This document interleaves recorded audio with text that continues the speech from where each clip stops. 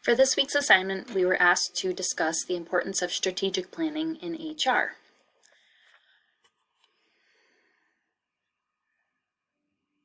So we have here a little diagram that shows some people trying to figure out for the company, where do we want to be? How do we get there?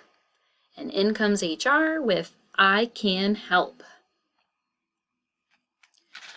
Strategic planning is the planning process that determines a company's long-term goals and objectives, and it's also the part of coming up with the ideas on how you're going to achieve those goals and objectives.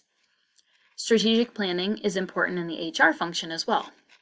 To carry out the overall plan for the company, HR needs to have its own plan of how many people will be needed, the level and the type of skills needed, and the timeline for the employment.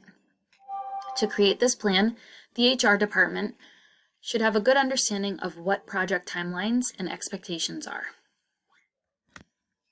The HR department should also have its own plan. Some aspects that make up this plan are: make the plan applicable.